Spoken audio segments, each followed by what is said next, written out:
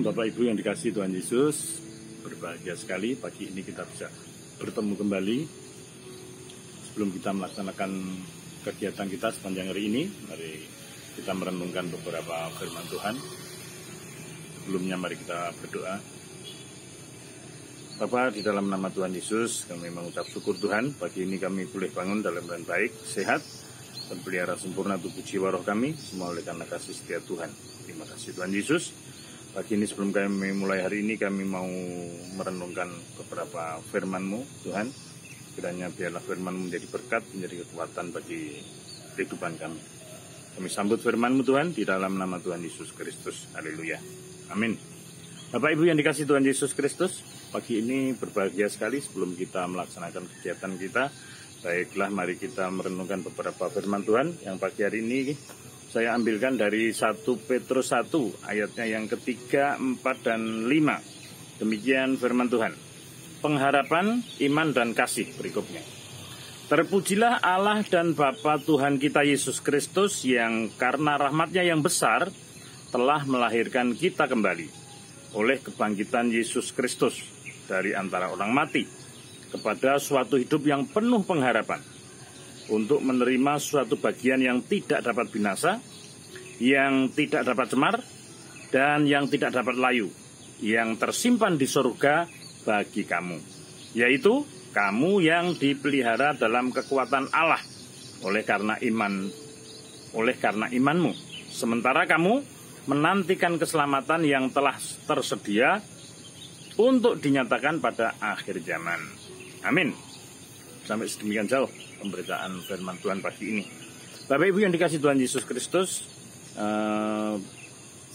saat teduh pagi ini saya beri judul, saya beri tema tentang bahwa iman memelihara kekuatan Allah. Jadi Bapak Ibu yang dikasihi Tuhan Yesus Kristus, keberadaan kekristenan kita mungkin menjadi satu hal yang sumpek atau sesak kalau kita terfokus pada kehidupan yang sekarang. Saya kebetulan menjadi penyuluh agama Kristen di Bantul.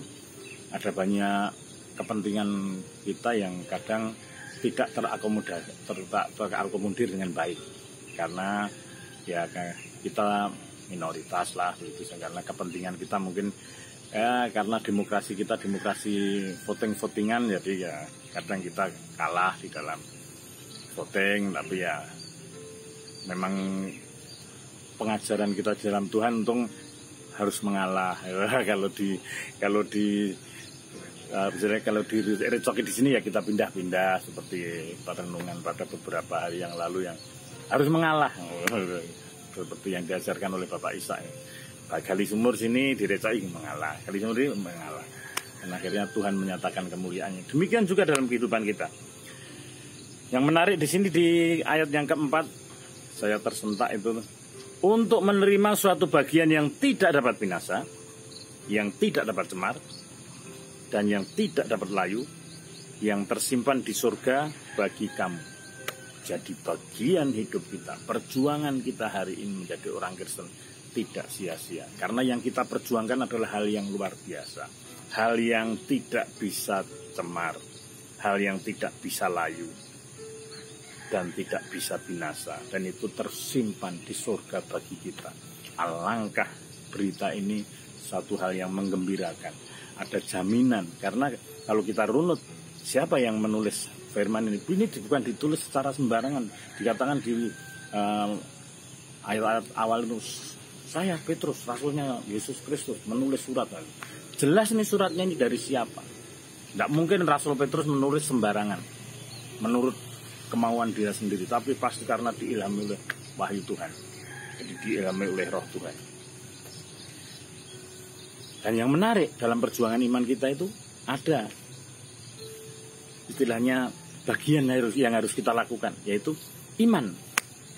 Yaitu kamu yang dipelihara dalam kekuatan Allah karena imanmu, sementara kamu menantikan keselamatan yang telah tersedia untuk dinyatakan di akhir zaman.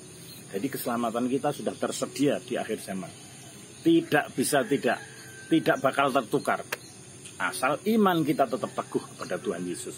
Karena iman itu yang memelihara kekuatan Allah yang memampukan kita untuk tetap berjuang hari lepas hari.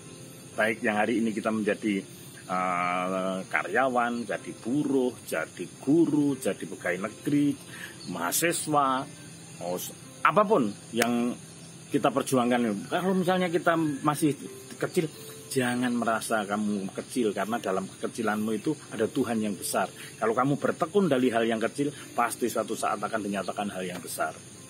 Kalau kamu hari ini misalnya kuliah semester 1, bertekunlah semester 1, pasti nanti terus semester 2. Tidak mungkin habis semester 1 terus semester 0, tidak mungkin. Pasti asal tekun semester 1, nanti ujian nanti naik semester 2. Semester 2 tekun, nanti semester 3. Tahu-tahu lulus. Yang penting tekun. Bagaimana mau lulus kalau baru semester 2, semester 3 terus aku tidak mau kuliah lagi. Harus. Sama halnya misalnya kita mau bekerja, hari ini bekerja dari jam 8 sampai jam 4 sore. Jam 8 kita bertekun, jam 12 kita pulang. Ya, tidak dapat upah di sore hari ini. Demikian yang menjadi pelayan-pelayan Tuhan, hamba-hamba Tuhan, full timer atau full hat, apapun namanya. Biarlah kita bertekun. Karena iman kita, karena pekerjaan yang kita lakukan hari ini, itu upahnya jelas. Baik yang di dunia ini, maupun nanti yang di akhir zaman. Bahwa keselamatan tidak bakal tertukar. Asal iman kita yang memelihara kekuatan Allah itu, yang menarik di sini. Rupanya kekuatan Allah itu dipelihara oleh iman kita. Kalau kita masih tetap beriman kepada Tuhan, kekuatan Allah itu akan memelihara hidup kita. Haleluya. Yang terakhir Bapak Ibu, ayat yang kelima, yaitu kamu yang dipelihara oleh kekuatan Allah, oleh karena imanmu, sementara kamu menantikan keselamatan yang telah tersedia untuk dinyatakan pada akhir zaman. Jadi kalau misalnya hari-hari ini banyak yang mengatakan ini adalah akhir zaman, pada zaman akhir, kalau puji Tuhan. Berarti penantian kita tidak lama lagi. Tapi bukan masalah lama atau tidak lama loh. Yang penting hari-hari ini kita tetap berpegang teguh kepada firman Tuhan. Kita beriman kepada Tuhan Yesus. Dia mati di atas kayu salib menebus dosa-dosa kita. Keselamatan kita terjamin. Amin. Mari Bapak Ibu, sebelum kita melaksanakan tugas hari ini, kita berdoa terlebih dahulu. Mohon kekuatan daripada Tuhan. Bapa yang maha baik, Bapa yang kami kenal dalam nama Tuhan Yesus, kami mengucap syukur Tuhan untuk firman-Mu. Benar ya Tuhan, Engkau yang selalu melindungi kami, menyertai kami di dalam setiap kelemahan kami, di dalam setiap keberhasilan kami, di dalam setiap kegagalan kami. Biarlah kami selalu mengingat Tuhan, kami selalu mengerti bahwa Allah turut campur tangan. Jadi pada saat berhasil kami tidak menjadi sombong, dan pada saat kami gagal kami tidak menjadi rendah diri. Karena ada Tuhan yang beserta kami. Ada rencana Tuhan yang elok bagi kami semua. Terima kasih Tuhan Yesus, kami mengucap syukur, kami serahkan hari ini ke dalam tangan Tuhan. Di dalam nama Tuhan Yesus Kristus kami berdoa. Haleluya. Amin.